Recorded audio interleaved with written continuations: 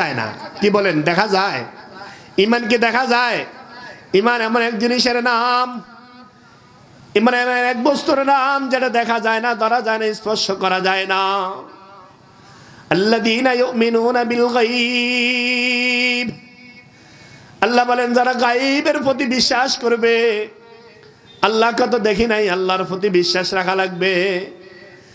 আসমানের ফেরেশতা আমরা দেখি নাই, আসমানের ফেরেশতাগুলোরে বিশ্বাস করা লাগবে। আল্লাহ তাআলার নবী রাসূল দুনিয়াতে অগণিত এসেছেন, নবী রাসূলকে আমরা দেখি নাই, নবী রাসূলদেরকে বিশ্বাস করা লাগবে। আসমানি বহু কিতাব দুনিয়াতে এসেছে, আসমানের সকল কিতাব আমরা দেখি নাই, আসমানের কিতাবগুলোকে বিশ্বাস করা লাগবে। তাকদীর দেখা যায় না, তাকদীরের প্রতি বিশ্বাস করা লাগবে। কবর, হাসর, মিজান, ফুলসিরাত, জান্নাত, জাহান্নাম কিছুই আমরা দেখি না, সেটাও আমাদের বিশ্বাস করা লাগবে। এই জন্য ইমানে মুফাসসিরের ভিতরে সংক্ষিপ্ত বিস্তারিত ইমানের কথা আলোচনা করছেন।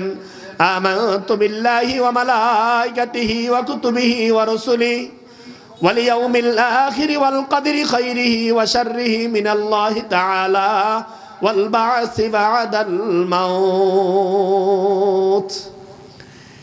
এই অদৃশ্যের উপর বিশ্বাস করার নাম হলো একজন মুমিনের ঈমান হয়। একজন মানুষের ঈমান দিলের ভিতরে বসে। আল্লাহ সম্পর্কে জানতে হবে। এখন আল্লাহ সম্পর্কে জানতে হলে আমাকে মাধ্যম লাগবে। মাধ্যম লাগবে কি লাগবে না বলেন না? সেটা হলো আল্লাহ তাআলা কোরআনে পাকের ভিতরে বলেন, কুল ইন কুনতুম তুহিব্বুনাল্লাহ, ওগো হাবিব আপনি পৃথিবীবাসীরে বলে দেন, যারা আমি আল্লাহকে ভালোবাসতে চায়, যারা রবকে ভালোবাসতে চায়, রবের পরিচয় পাইতে চায়, রবকে মহাব্বত করতে চায়, ওগো হাবিব আপনি পৃথিবীবাসীকে বলে দেন, ফাত্তাবিউনি, ফাত্তাবিউনি, আপনি বলে দেন আমি রাসূলের যেন অনুসরণ করা হয়। রাসূলের অনুসরণ অনুকরণের মাধ্যমে আল্লাহর পরিচয় পাওয়া যায়। কি বলেন, ঠিক না? রাসূলকে বিয়োগ করে আল্লাহর পরিচয় কখনো আদৌ সম্ভব পাওয়া যাবে? আল্লাহকে পাওয়া যাবে? আল্লাহকে পাইতে হইলে রসুলের পরিচয় জানা লাগবে, রসুলের অনুগত্য অনুসরণ অনুকরণ করা লাগবে। ঠিক না ঠিক বলেন না? এখন রসুল সম্পর্কে আমাদের জানা নাই। রসুলকে, মুহাম্মদ সাল্লাল্লাহু আলাইহি ওয়াসাল্লাম কে, এটা আমরা জানি না। তাহলে যদি নবীজির সম্পর্কে না জানি, তাহলে রসুলের অনুসরণ অনুকরণ কেমনে করব? কি বলেন? তাহলে রসুলের অনুসরণ অনুকরণ করার আগে রসুলের পরিচয় জানতে হবে। এর মোহাম্মদকে, এই মোহাম্মদের বাবাকে, মোহাম্মদের মাকে, মোহাম্মদ কোন ধর্ম থেকে আসছে, কোন বংশ থেকে আসছে, মোহাম্মদের বাড়ি কই, এই সম্পর্কে যদি আমার জানা না থাকে তাহলে মুহাম্মদ সাল্লাল্লাহু আলাইহি সাল্লামকে মানা কঠিন হবে। ঠিক না বলেন না? এই জন্য নবীজির সিরাত সুরাত, নবীজির চরিত্র, নবীজির আখলাক, নবীজির জীবনী সম্পর্কে একজন উম্মত যদি দাবি করে আমি মুহাম্মদুর রাসূলুল্লাহ সাল্লাল্লাহু আলাইহি ওয়াসাল্লামের উম্মত, যদি সে দাবি করে থাকে, তাহলে রসুলের জীবনী সম্পর্কে একজন উম্মতের জানা আবশ্যক, লাজেম লাজেম লাজেম। ঠিক না ঠিক বলেন না? কিন্তু দুঃখের বিষয় বলতে চাই, আমরা রসুলের উম্মত দাবি করছি, রসুলের বড় আশেক দাবি করছি, রসুলের খাঁটি উম্মত বলে দাবি করছি, কিন্তু রসুলের জীবনী সম্পর্কে আমাদের জানা নাই। কি বলেন, ঠিক না? আপনি হাজারো মুসলমানের সন্তান আছে এখনো নবীজির নামটা পর্যন্ত উচ্চারণ করতে পারে না, নবীজির নামটা পর্যন্ত জানে না, নবীজি কোত্থেকে কোথায় আসছে, নবীজির পিতার নাম কি, নবীজির মায়ের নাম কি, নবীজির বংশের নাম কি, নবীজির চাচাকে, নবীজির দাদাকে, এই সম্পর্কে আদৌ মুসলমান, হাজারো মুসলমানের বাচ্চা আছে আদৌ সম্পর্কে, নবীজির সম্পর্কে জানে না। ঠিক না ঠিক বলেন না? বলেন এদেরকে মুসলমান কিভাবে বলবে? নবীজি সম্পর্কে যদি তার পরিচয় জানা না থাকে, তাহলে সে আল্লাহকে কি করে ভাবে? আল্লাহ তো বলেই দিয়েছেন, আল্লাহকে ভালোবাসার পূর্ব শর্ত, আল্লাহকে পাইতে হইলে রসুলকে পাইতে হবে, রসুলের অনুসরণ করা লাগবে। রসুলের অনুসরণ অনুকরণ ছাড়া কখনো আল্লাহকে পাওয়া সম্ভব না। আল্লাহকে, আল্লাহর মহব্বত কখনো অন্তরে লালন করা সম্ভব না, আল্লাহর গোলামি করা কখনো সম্ভব না। এই জন্য আল্লাহ তাআলা এই দুনিয়াতে মানুষকে দুনিয়াতে ফাটানোর আগে রসুল সাল্লাল্লাহু আলাইহি ওয়াসাল্লামকে আগে ফাটিয়ে দিয়েছেন ওস্তাদ। ওস্তাদ কি পড়াবেন, তারপরে কিতাব পাঠিয়েছেন আল কোরআন। ঠিক না ঠিক বলেন না? আগে ওস্তাদ আসছেন, আগে কিতাব আসছে? আরে কথা বলেন না। আগে ওস্তাদ আসছেন, ওস্তাদ আল্লাহ রাসূল সাল্লাল্লাহু আলাইহি ওয়াসাল্লাম বলেন, ইন্নামা বুইসতু মুআল্লিমা, আমি পৃথিবীতে আসছি শিক্ষক হিসাবে।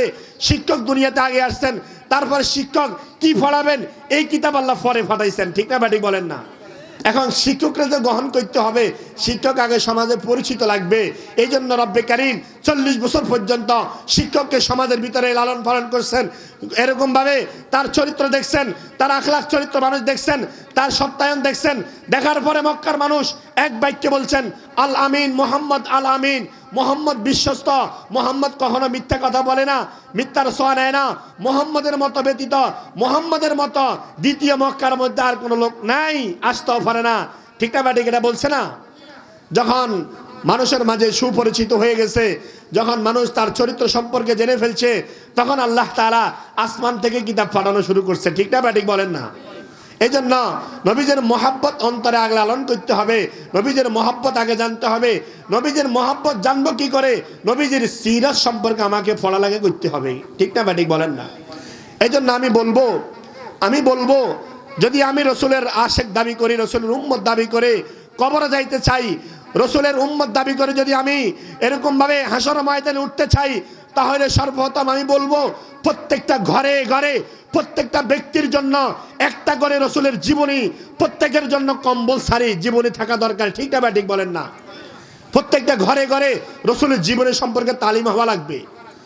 রসুল সম্পর্কে যদি আমি জানি, তাহলে রসুলের মহাব্বত আমার দিলের ভিতরে বসবে, রসুলের আজমত আমার দিলের ভিতরে বসবে। ওই ব্যক্তির মহাব্বত আর আজমত যদি আমার দিলে বসে, তাকে মানতে আমার জন্য সহজ হবে। ঠিক না ঠিক বলেন না? আর যদি আমি আল্লাহ রসুলের অনুসরণ অনুকরণ করি, তাহলে আল্লাহকে আমি পেয়ে যাব, আল্লাহর ভালোবাসা আমার অন্তরে ফায়দা হবে, আল্লাহকে মানতে আমার জন্য সহজ হবে। ঠিক না ঠিক বলেন না? মুহতারাম হাজিরিন, আজকে রসুলের মহব্বত আমার দিলের ভিতরে ওই পরিমাণ আমি জমা, এরকম ভাবে রসুলের মহব্বত আমি দিলে ওই পরিমাণ জায়গা দিতে পারি নাই। আজকে রসুলের নামে বিভিন্ন রকমের কথা বলে, বিভিন্ন রকমের এরকম ভাবে নাস্তিক মোরতাদরা আমার নবীর বিরুদ্ধে কথা বলে, আজকে রসুলের বিরুদ্ধে কথা বলে। আমি মুসলমান দাবি করি, কখনো প্রতিবাদ করি না। এর কারণ হলো রসুলের জীবনী সম্পর্কে, রসুলের চরিত্র সম্পর্কে, রসুল মোহাম্মদকে এটা আমি চিনি নাই, বুঝি নাই, পড়ি নাই। এই জন্য রসুলকে যে গালি দিচ্ছে, আমার ভিতরে শরীর গরম হয় না, আমার ইমানের জজবায়ে ওই ব্যক্তির উপর আক্রমণ করা আমার ভিতরে স্পৃহ আসে না। এটার একমাত্র কারণ রসুল সম্পর্কে আমার অজ্ঞান, অজানা। এই জন্য আমি বলবো প্রত্যেকটা মুমিনের ঘরে ঘরে যেরকম ফাজাইল আমলের তালিম হয়, যেরকম ভাবে ফাজাইলে সাদাকাতের তালিম হয়, এরকম প্রত্যেকটা ঘরে ঘরে রসুলের জীবনী ঢুকানো দরকার আছে না নাই বলেন না? রসুলের জীবনী সম্পর্কে জানা দরকার আছে না?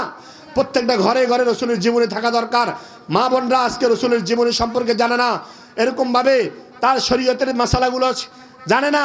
আজকে না জানার কারণে মা বোনরা দিন থেকে এত দূরে, এত দূরে, এত দূরে।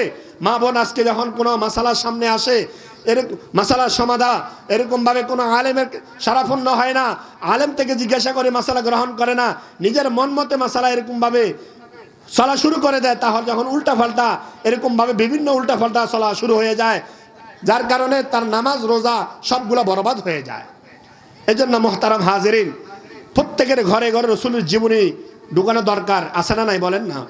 এই জন্য আমরা দাবি করছি, বর্তমান যেই আমাদের উপদেষ্টা মণ্ডলীরা দেশ পরিচালনা করছেন, তাদের কাছে আমরা দাবি জানাই, আমাদের বাংলাদেশের যত শিক্ষা প্রতিষ্ঠান আছে, প্রাইমারি থেকে শুরু করে একবারে শেষ পর্যন্ত প্রত্যেকটা ক্লাসের ভিতরে রাসূলুল্লাহ সাল্লাল্লাহু আলাইহি ওয়াসাল্লামের জীবনীকে বাধ্যতামূলক করতে হবে, কোরআনের শিক্ষাকে বাধ্যতামূলক করতে হবে।